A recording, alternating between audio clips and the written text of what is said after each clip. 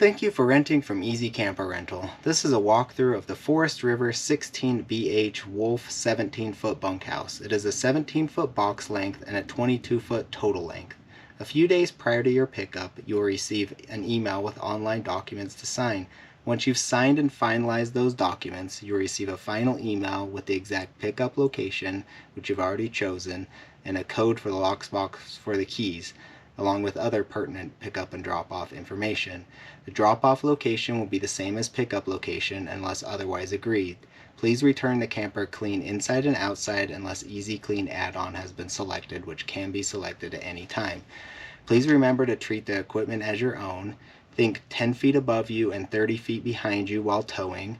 Take wide corners while towing in case there's curbs that you might run into with the trailer. If you're traveling through tight spaces, travel as straight as possible through those spaces. Do not try and go at a diagonal. Also watch out for steep drives going in and out of, say, a gas station, for example. If there's a very steep dip, you might hit the front of the trailer or the back of the trailer on that dip. Remember that the speed limit is max 70 miles per hour, regardless of what the posted speed limit is. And it's 65 miles per hour in any metropolitan area. What we will first do is show you how to get the keys, and then we'll go over hooking up the trailer, then we'll walk around the outside and then go through the inside. Let's go to that point. As you arrive at the location, the trailer will be there. It will just be all locked up. It'll be ready to go. The code for the trailer will be on the front of the trailer so you know which one's yours. The keys are in the lock box here on the top of the battery cover. So you open the lock box top, you put the code in, which is in the email, you open it, and then your keys are in here. This trailer has 4 keys. This first silver one is to this outside door here. There are 2 purple keys. I wish there was one, but there are 2. One is to this door, and then another one is to a door on the other side, which I'll show you later. And then there is a last key, which is a silver key, and it says master on it, and that is for the hitch lock right here. So what we're gonna do is take the hitch lock off, and then we're gonna hook up the trailer. Okay, hooking up the trailer is fairly simple. We do provide you with an adjustable hitch, so it can have a drop or a rise depending on how you put it in the receiver. So you can slide it in with the L going up or the L going down depending on your truck's height and what you need.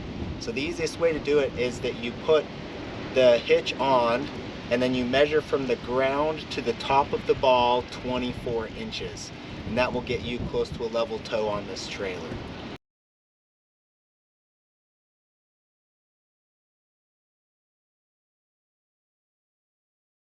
So what you do is you get the hitch on, and then you back up till the ball's underneath.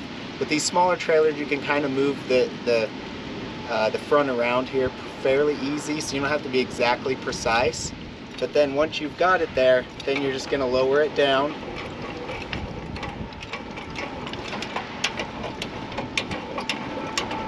And it slides on.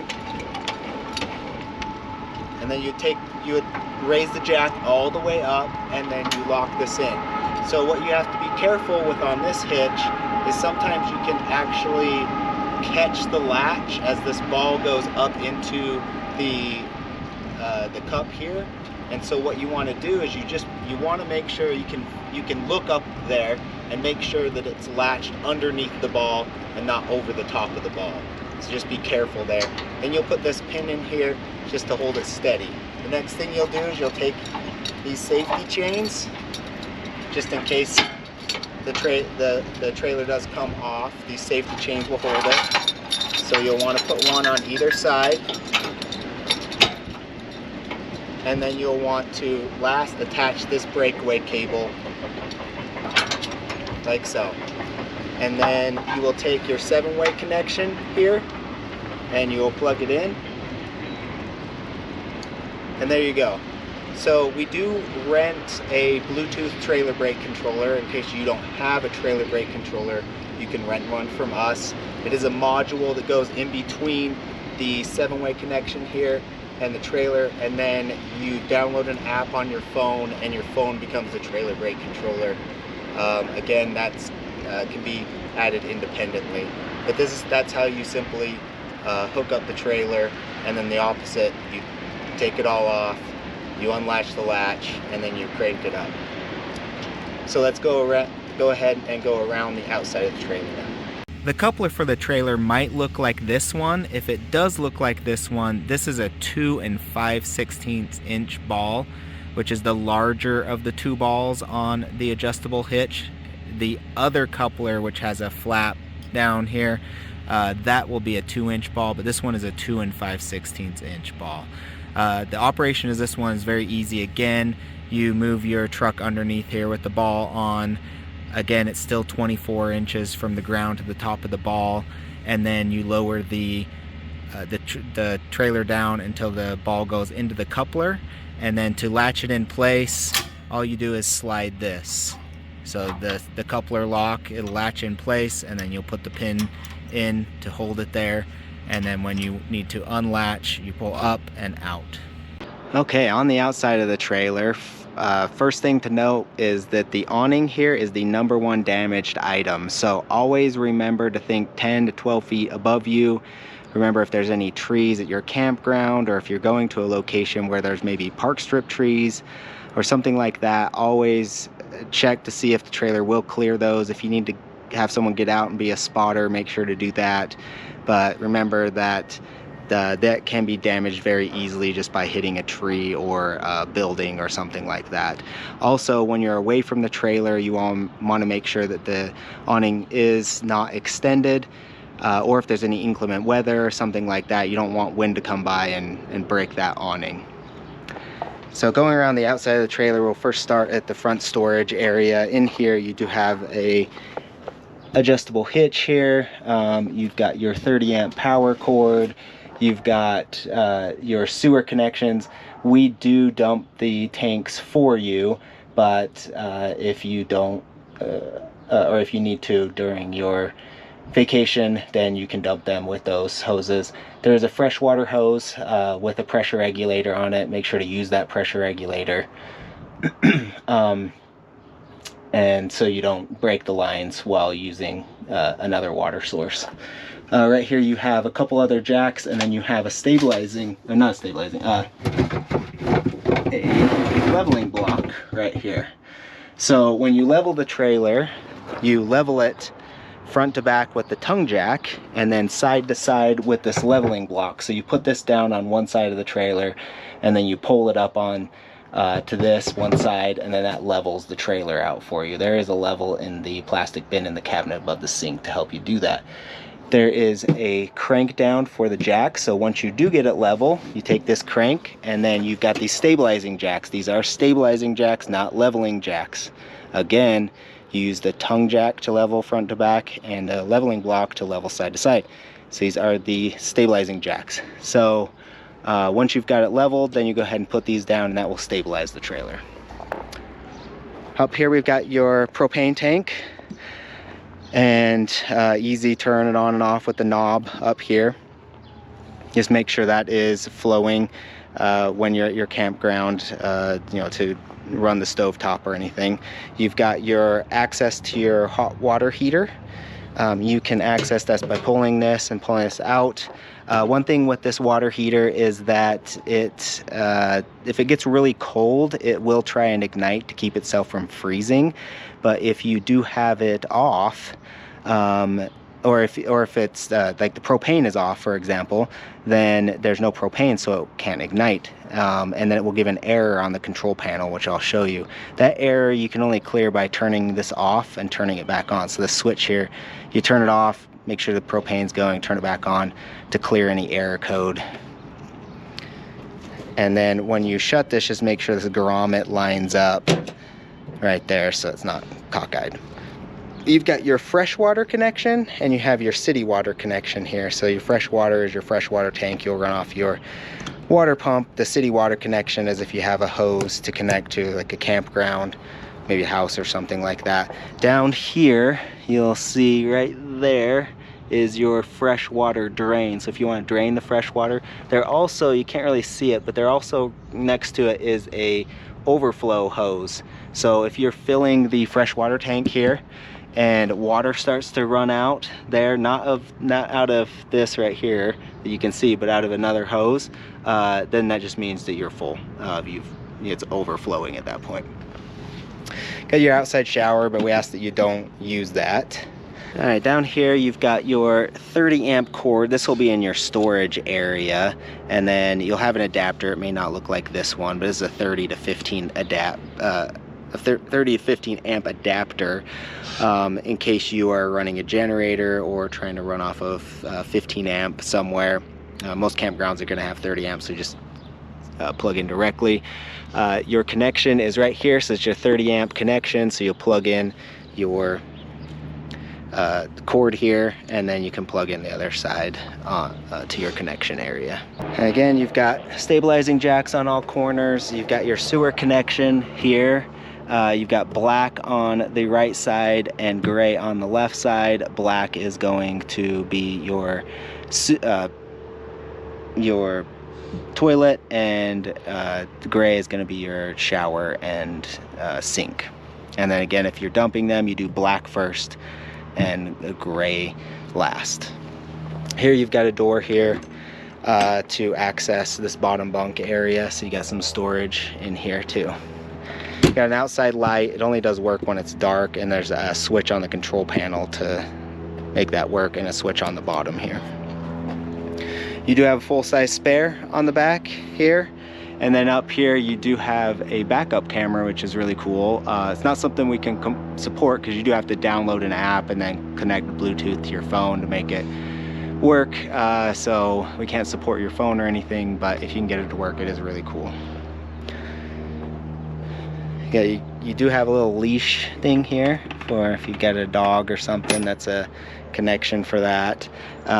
You've got some outside speakers here. Again, your 12-volt awning. Your power, you do need a 120-volt connection for this to work, so an electricity connection.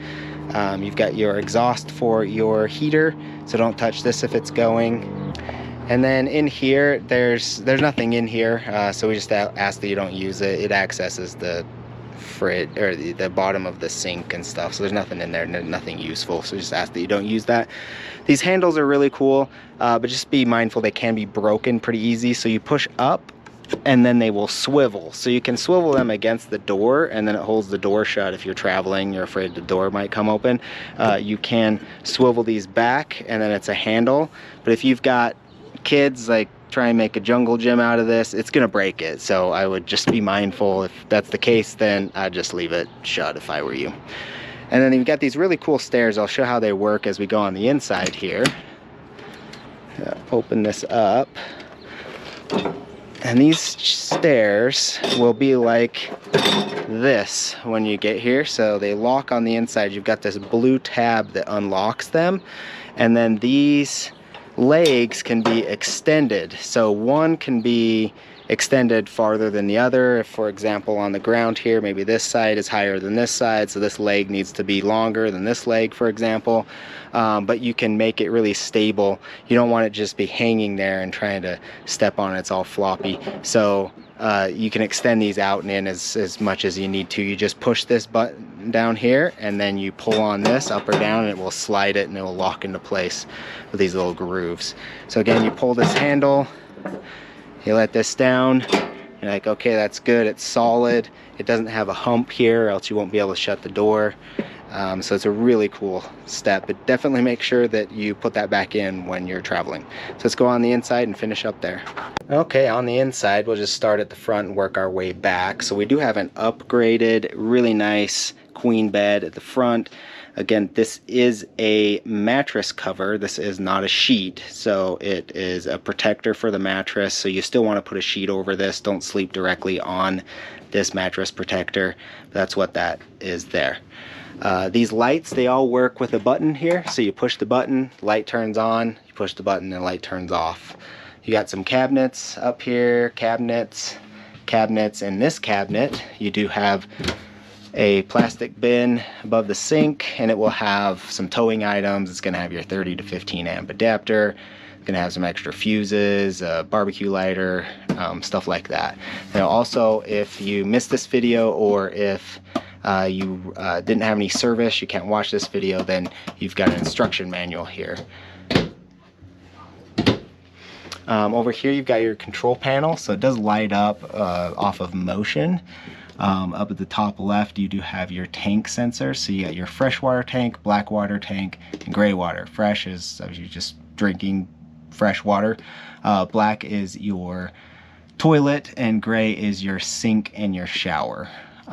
Just note that the sensors don't work great on these. Definitely black, sometimes gray, because they'll get like a debris stuck on the third sensor and it will read 2/3 the way full even though it's empty. So just know that those are not perfect.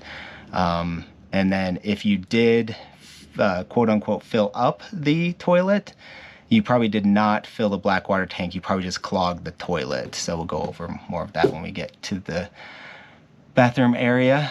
But you also have the sensors for your battery levels. You do have the Bluetooth connection. Here is the QR code you'll scan to download the app and then connect your phone using that to do the backup camera. These are some lights. So this is the awning light, this is the exterior light, which is on the back driver's side, and then your water pump. With the water pump, you want to turn it on, use the water feature, and then turn it off. Do not leave this on all the time. The reason why is that if you left the water pumps on, a line breaks, then the water is just going to keep pumping and it could eventually just flood the trailer. So you definitely want to make sure that this is not on all the time, that it's off most of the time. It's only on when you're using it. Then you've got your 12-volt awning that works off the battery, so retract and extend. Again, with the awning, make sure that it is retracted when you're away from the trailer or you're asleep or something like that, so there's no damage to it.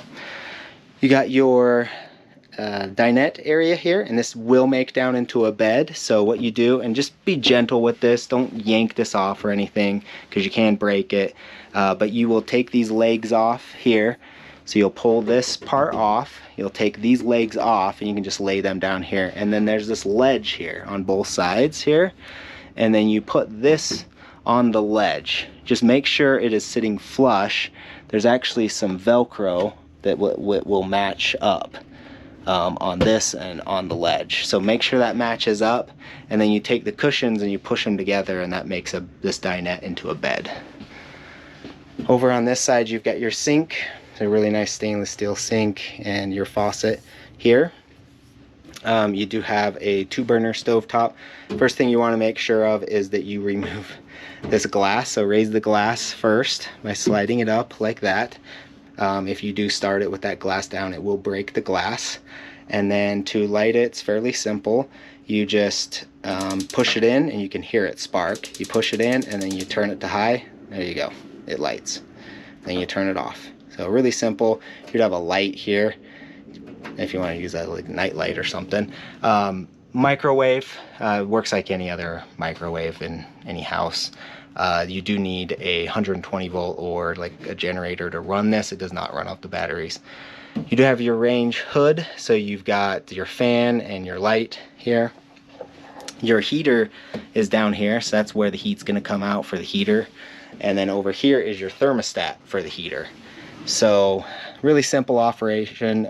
Far to the left is off, and then if you want it on, you turn it to the right, and then you've got your temperature down here, so it's reading like 82 degrees or something is the ambient temperature inside here right now. And then you just want to set it up here on the line. So this is a thermostat, not a temperature gauge. If you crank it all the way to warmest, it's just going to keep blowing until it overheats, and then it will trip the furnace. So don't do that. Just set it to the desired temperature, like 70 degrees, and it will turn on and off as needed, just like a thermostat in your house. And then turn it off, push it all the way to the left. You push it, and then there's a little bit of a click there. Up here, you've got your radio here. So you're on, off, and then there's Bluetooth and connections and everything, and that will run through all of the speakers. Something that we can't support, but if you can get it to work, then it should work. but that's how you work the radio there. You have the voltage of your batteries, so that's kind of status there.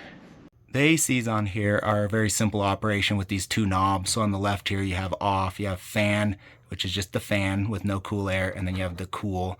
So as you go up is the higher the fan.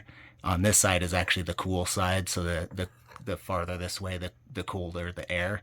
And then you have heat optional. This is not an option on this. The heat comes from the furnace. And then remember, with all ACs on RVs, they don't cool down like 50 degrees of ambient temperature. They'll cool down like 20, maybe 30. So don't run the AC for super long periods because it can freeze up. If it freezes up, it'll start blowing just regular warm air. And if it does freeze, you just have to turn it off and let it thaw out, and then you can start using it again. And you got a couple speakers up here. The fridge is super easy to use. Again, it is a 12-volt fridge, so it runs off the batteries. So keep that in mind as if you're boondocking without electricity or a generator to recharge the batteries and you're just charging off of solar, for example. And remember to always only place cold or frozen items in the fridge or freezer. This is just designed to keep items cold or frozen. It's not designed to make them cold or frozen. And then don't overload this because it's just held in here with basically 4 screws. So if you overload it, it can, cause some issues. So be reasonable with how much you're putting in here. But this is a very easy operation. It's just this knob here. So obviously 0 is off. And then as you go up, 7 is the coldest. This is a temperature gauge, not a thermostat. So if you go to 7, it's just eventually going to freeze everything in your fridge and freezer. So really the recommendation is if you're boondocking, you want to be probably around 3. If you have electricity, you might be able to go 4 or 5. You got our bunks over here, so top and bottom. Down here, you do have a battery disconnect. So, see how all the lights went off on us? And then that's connecting the battery. So if someone flipped that or removed that, it's not gonna work anything in the trailer. Right here you've got your propane gas detector, and so do not cover that or spray aerosol around it. It will go off if you do that, so just be mindful of that too. And then over here you've got your fuses. This is your converter. So you got breakers and fuses if you need to access those. And then we've got our bathroom here. You got your toilet.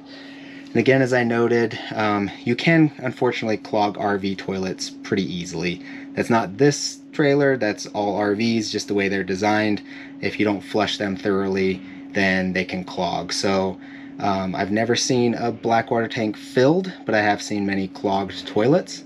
So if it does get all the way full up, you clogged it. You didn't fill the black water tank. So I know it sounds gross, but the only way to clear that is you do have to get a stick or something, and you just have to push it down and dump a bunch of water on top of it to clear it out. So that's pretty much how that's done. You do have your shower here, and you do have an on-demand water heater like I showed you. So you've got your on-off button here. Like I said, if there is an error of some sort, this will beep and it will say the error like E1. And the only way to clear that is on the water heater itself. You need to turn it off and turn it back on. You can adjust this to be Celsius or Fahrenheit, and then whatever desired temperature you want. We do recommend that you set it at 110 to 115 degrees. If you set it higher than that, you're just gonna have to mix it with cold water.